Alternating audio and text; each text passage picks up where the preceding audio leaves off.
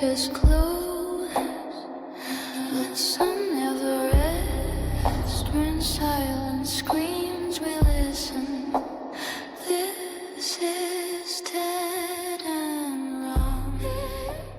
Welcome back. I'm Liz. And I'm Sam. And this is Dead and Wrong, your weekly podcast for all things dead. People, animals, ghosts, you name it. If it's dead, we are going to cover it. We really hope you guys enjoyed last week's episode. It was fun for us. I know it was fun for me. Definitely something different. We're looking into other people we can bring on board and kind of do the same things. Yeah. Like, do the question asking, see what they have to tell us, and then go over a case with them and see what their thoughts on. Yeah, opinions. But we can leave our chit-chatting for after this episode, because it might be a little bit of a lengthy one. As per usual. Yes. So Dead and Wrong presents episode 23, The Lady of the Dunes. It is July 26, 1974. 12-year-old Leslie Metcalf was running through the sand playing with her dog. Leslie and her family had decided to take a trip to Cape Cod Beach, where they could run around, have fun, and play in the sand and water. As she ran, her parents ran behind her, laughing and smiling as their daughter had the time of her life. It was the perfect day for them, but this perfect day took a sharp turn when Leslie's dog suddenly began acting out. It started barking and pulling Leslie to a specific spot in the sand. With her parents close behind her, the family of three would find a nude body of a woman, her hands missing and her head nearly severed clean off. This woman, officially known as the Lady of the Dunes, would remain unidentified for years, and they would not discover who the killer was till much later. Obviously, Leslie's parents had called for the police immediately. When the police arrived on scene, they were able to identify the cause of death, which was a blow to the head that had happened several weeks prior. They believe, and I agree, that her hands had been removed in order to prevent her from being identified via fingerprints. And this is something we've heard of before, of killers removing hands, burning fingertips, just to make sure that their fingerprints were not readable. Also, apparently, some of her teeth had been removed and she had been strangled, which was odd because they don't believe there was any kind of struggle between this woman and whoever killed her. After the police canvassed the scene, they noted finding two sets of footprints that led away from the body. There was also a pair of blue jeans and a blue bandana. This has also been potentially a blue towel, not bandana, and both items had been folded up and placed underneath her head. All in all, everything led the police to two different conclusions. One, she and her killer knew each other, or two, she had been asleep when this happened, which I think they mean like she could have been sleeping and then the killer started strangling her and knocked her unconscious. She was out sunbathing. That would suck, man. You're just out trying to get a tan and somebody decides they're going to come and strangle you. I'd also point out that Cape Cod is like an hour and 45-minute drive to Esther, Rhode Island. Really? Exeter. I do say, and I don't know why I didn't mention it in the beginning, Cape Cod is in Massachusetts.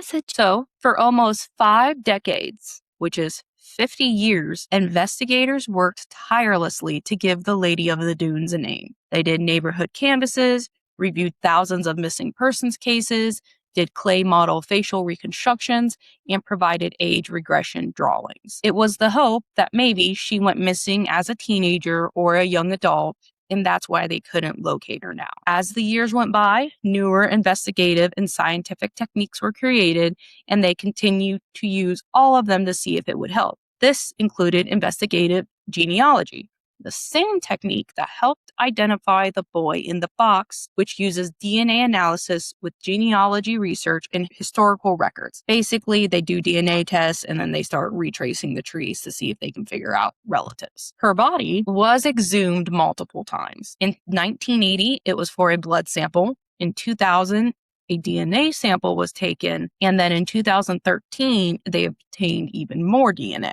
Before the third time, they had actually created a new composite of her using state-of-the-art technology and computer analysis. It was created by forensic experts from the National Center for Missing and Exploited Children and the Smithsonian Institute.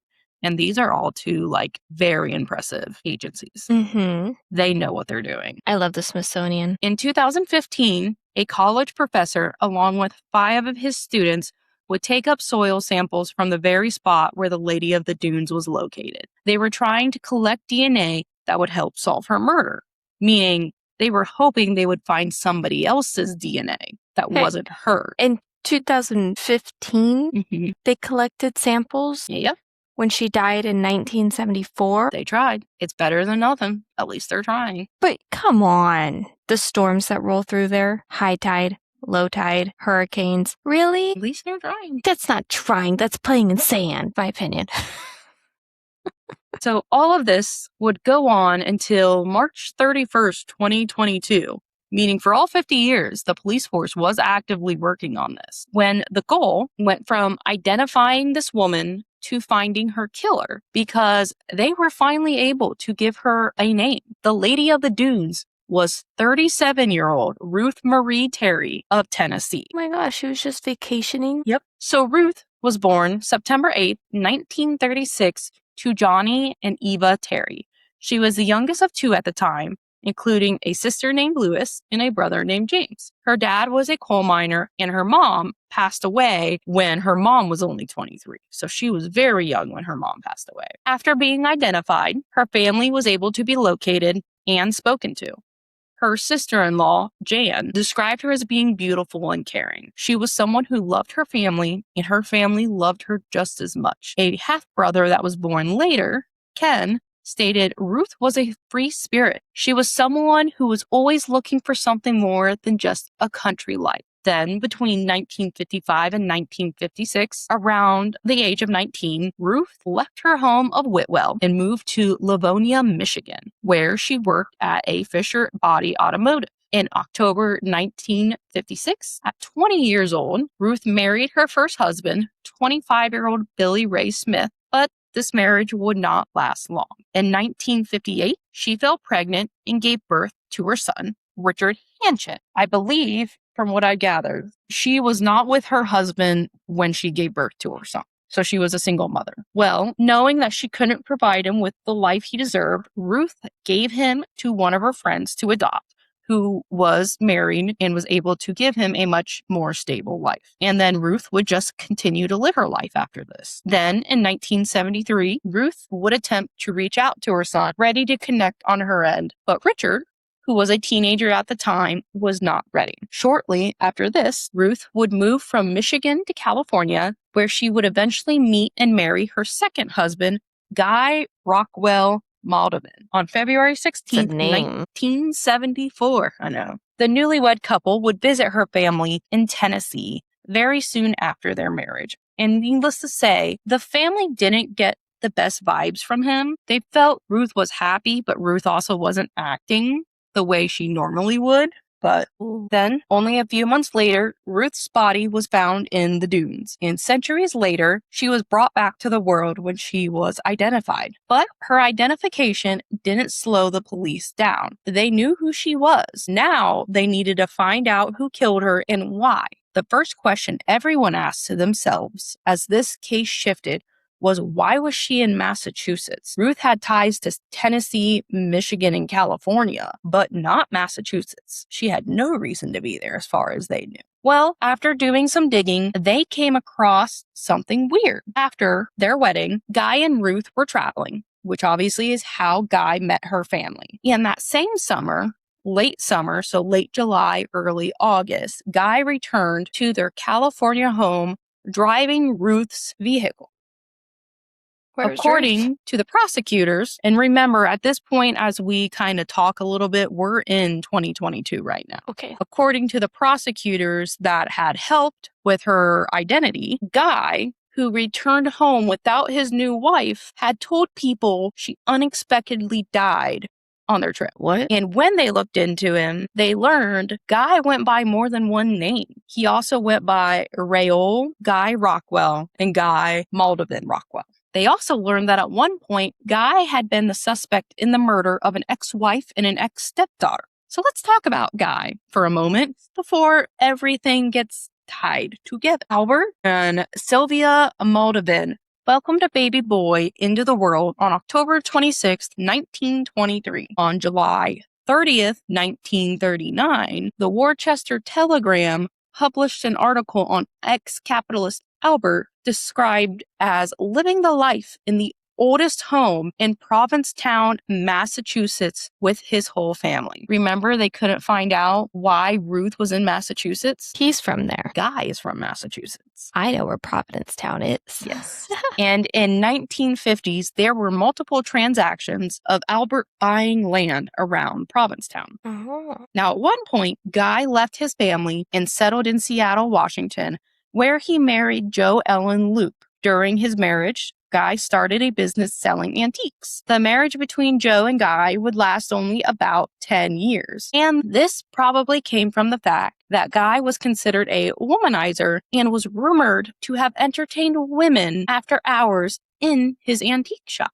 Guy moved on relatively quickly and married his second wife, Manzanita Mearns. Manzanita was a mother of 3, but only her oldest daughter, Dolores, would move in with her, while the other 2 younger children stayed with their father in Canada. On April 1st, 1960, Manzanita and Dolores suddenly go missing from Seattle. Only 3 months go by with them missing, and Guy divorces Manzanita on desertion charges and marries his third wife, Evelyn Emerson. Still in 1960, Guy asks Evelyn's parents if he can borrow roughly $10,000, to which he would pay back. He told them he wanted to buy antiques in Canada, and then he would upsell them in the US. And they wrote him a check and everything, and they said, yeah, sure, here you go. Well, he did not do this. In fact, he kind of just disappeared with the money. A warrant for his arrest was put out under the charge of larceny, and this led to the search of his home by police. During this search, police located pieces of human flesh in a septic tank. No. They also located teeth, human blood, and other evidence of a horrific crime being committed in the attic. They believe these remains, along with some limbs they had found floating in the Columbia River earlier in the year, to belong to Manzanita and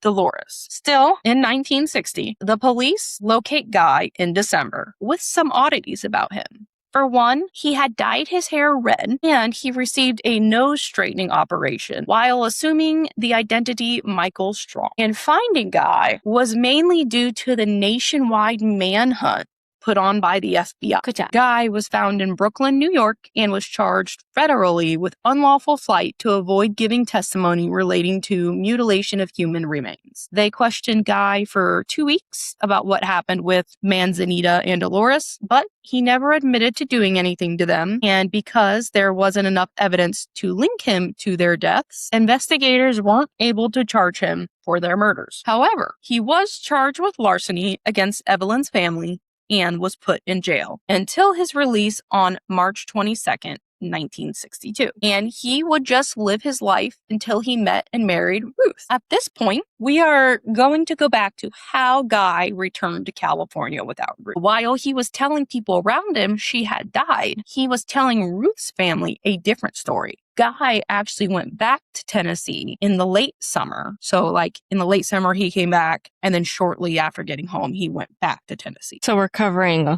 our grounds here. Yes. And Guy told her family that she was missing, but to them, it seemed like he didn't really care. He simply told them, he's like, I don't know where she is. And then he left. Now, in the short span that he was at the house, he was asked by Ruth's brother what had happened. And Guy told them they had a fight during their honeymoon, and she took off, and he just never heard from her again. Also, according to Ruth's great niece, Brittany, I'm going to butcher this and I apologize, Novonglowski. Yeah? Yeah. He had told Ruth's brother, who was Brittany's great grandfather, that all of Ruth's belongings had been sold and gotten rid of. Why? It was because he believed she wasn't exactly missing. More so, they got into a fight, and then she ran off on her own accord with the help of a religious cult she had ties to. Yeah, let's throw that in there.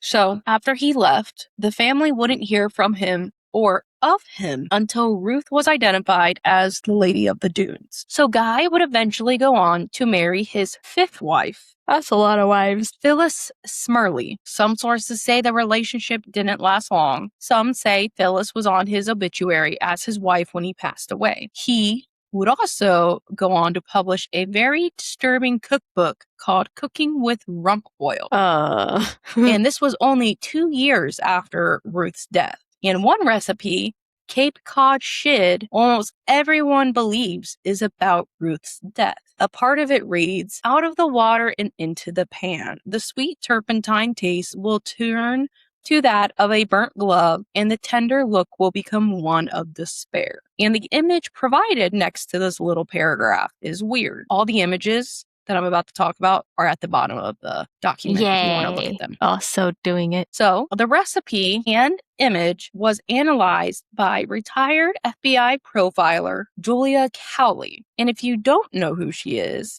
famous for working and helping identify the Golden State Killer. Julia stated, what I do wonder, especially the last line, the tender look will become one of despair. You have to think that perhaps was the moment he watched the life go out of her eyes, and when she realized he's going to kill me. It's really horrifying. And I do want to note, if it sounds a little weird the way I'm saying this, these are direct quotes. Julie also stated regarding the image, the way he's drawn her hair here. I know she had flowing auburn hair, and that was significant to him. She stated regarding the whole cookbook, writing this book sort of indicates to me that dismemberment was an important aspect to him. It's a little bit creepy and morbid when you go through it and you're kind of seeing what's happening. They're being boiled, filleted, and grinded up. Julie finally speaks about the introduction, in which she talks about how Guy was writing about what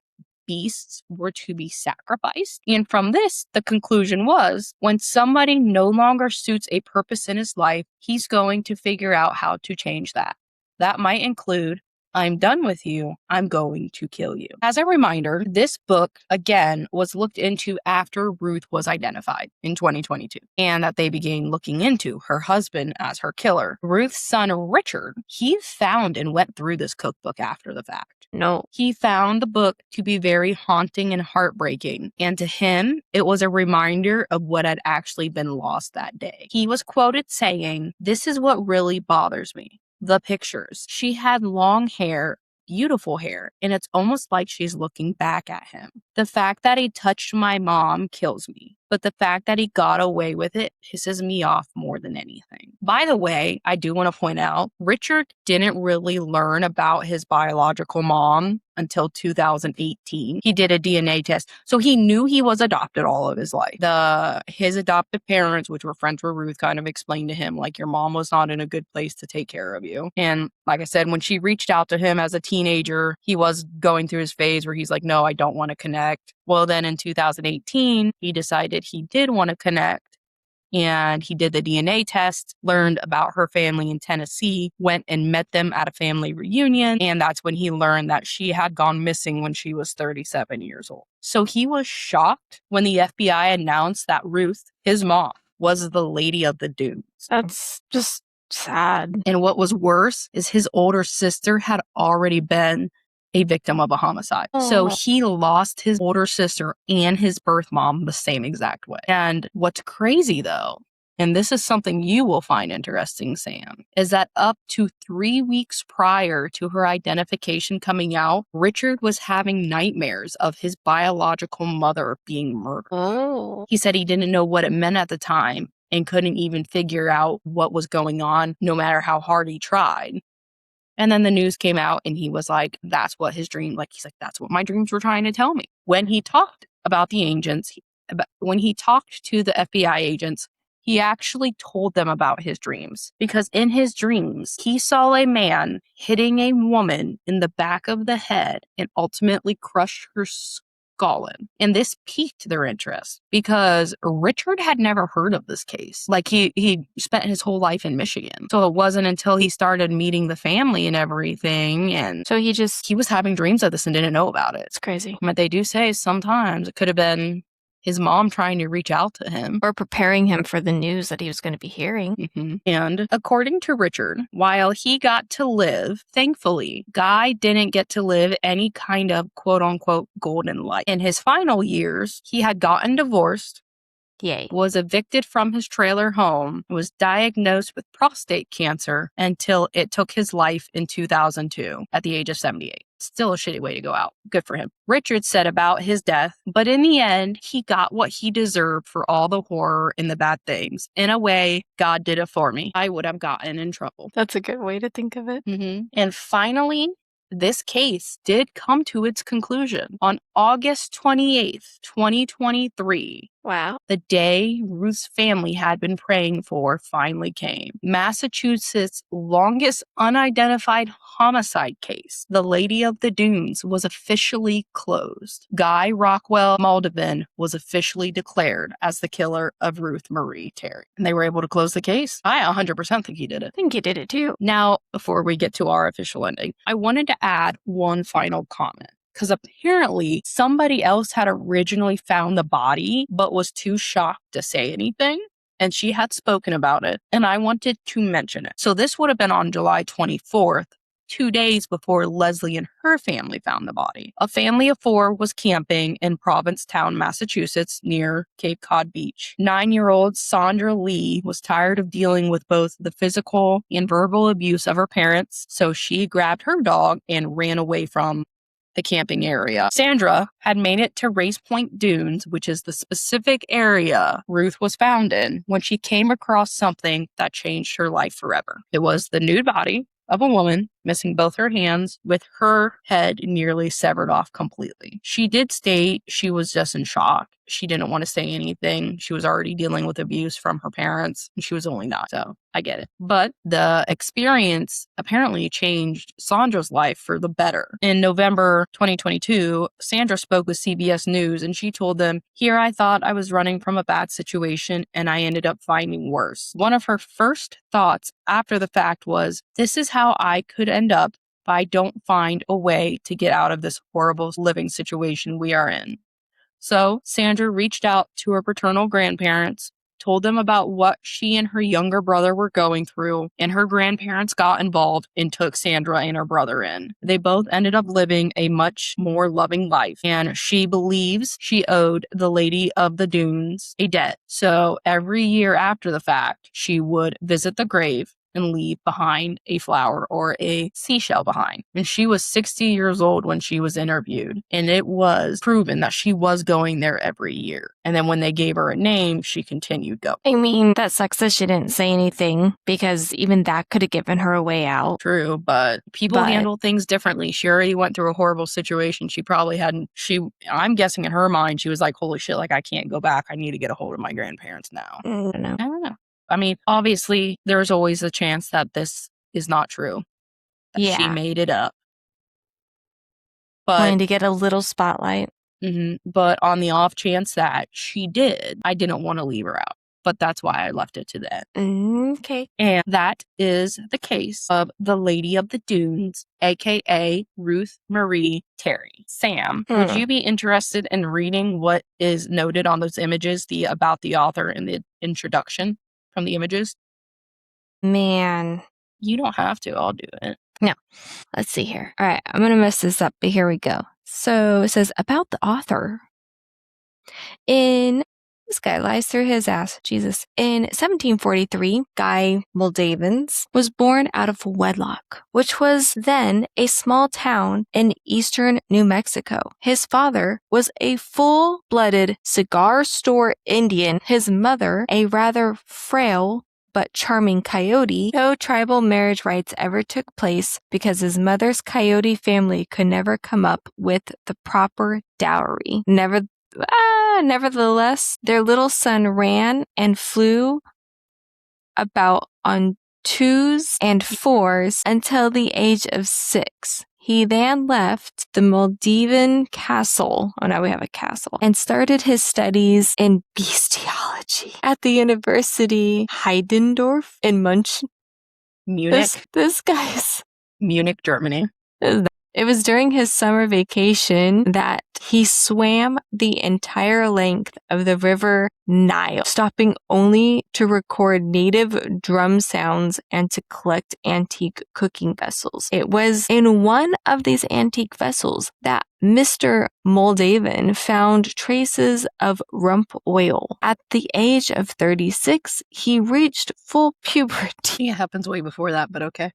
And broke out in gala feathers and acne. Man, 6 months later, he graduated Heidendorf with the highest honors ever bestowed upon a half-breed coyote. Man. Mr. Maldivin spent the next 2 years involved in modern dance, body-to-beastology, and rump oil. In the past 270, he is 270 years old now? Really? Man, Mr. Maldivin has written well over 4,000 books on bestiology and rump oil and is without a doubt not only the foremost authority, but the only authority. This guy lost his shit in a handbasket down a freaking well. Wow. I mean, if we would have started the episode reading that out, that would just told us all about this guy. Yeah. And how crazy he is. They didn't know about this till 2022. I mean, do you want me to read the introduction? Oh my God, there's more cooking with rump oil. You want me to read it?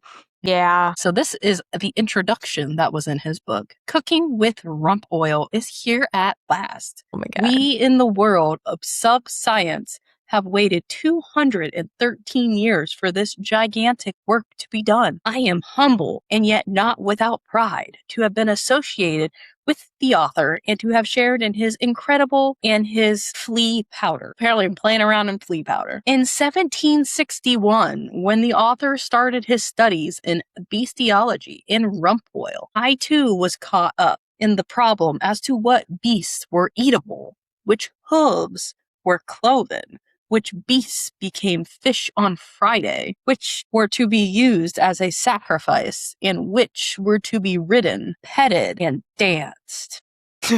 What in 1896, the author was high above the ancient city of Monganud, searching for signs of rump oil, while my studies started to point in the direction of politics, which is the mythological Greek god's practice of ordering anything on the menu. When politics was indeed the way of life, a common practice was to enjoy many things that today do not exist, only because man has shut them out of his mind. And so it does not seem to see them growing, swimming, flying, and crawling about. In 1930, Mr. Maldivin and I were able to see our first Uixin. 3 years later, we ate him. Right after that, we saw wambies, simps, golts, shids, etc. And that is the introduction to the cookbook. What are wambies, simps,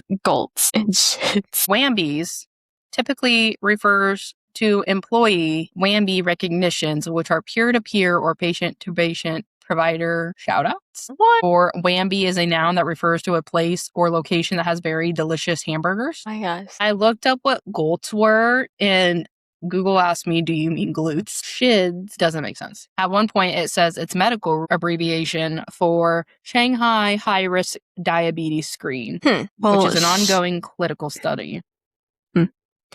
Shimps is slang for someone who shows excessive attention or difference to a crush or partner, usually in the hope of winning their affection. Uixin has something to do with stocks. All right. Yeah. Well, I think he's just crazy. that's what I was about to say. I think we've come to the conclusion that he is batshit crazy. And not the good kind either. No. Wow. Well, that poor lady married not even a psychopath, like a sociopath? A psychotic monster? Well, more?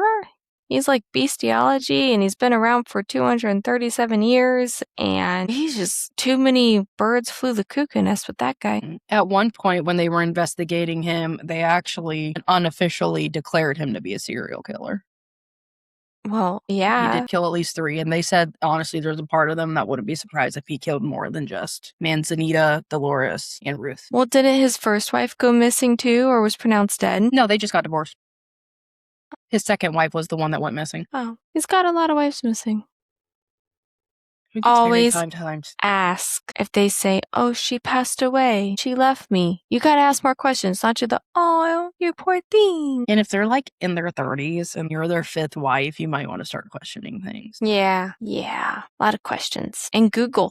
Yeah. As a reminder, we do have socials up and running. We have Facebook, Instagram, and X. We are streaming on Spotify, Apple Podcasts, Amazon, and YouTube. Please remember to follow us on socials to help us grow. And if you would like to reach out to us for case suggestions or personal stories, please email us at deadandwrongpodcast@gmail.com or send us a message on any of our social media platforms. Thank you for listening, and we will see you guys next Sunday for another episode full of all things dead.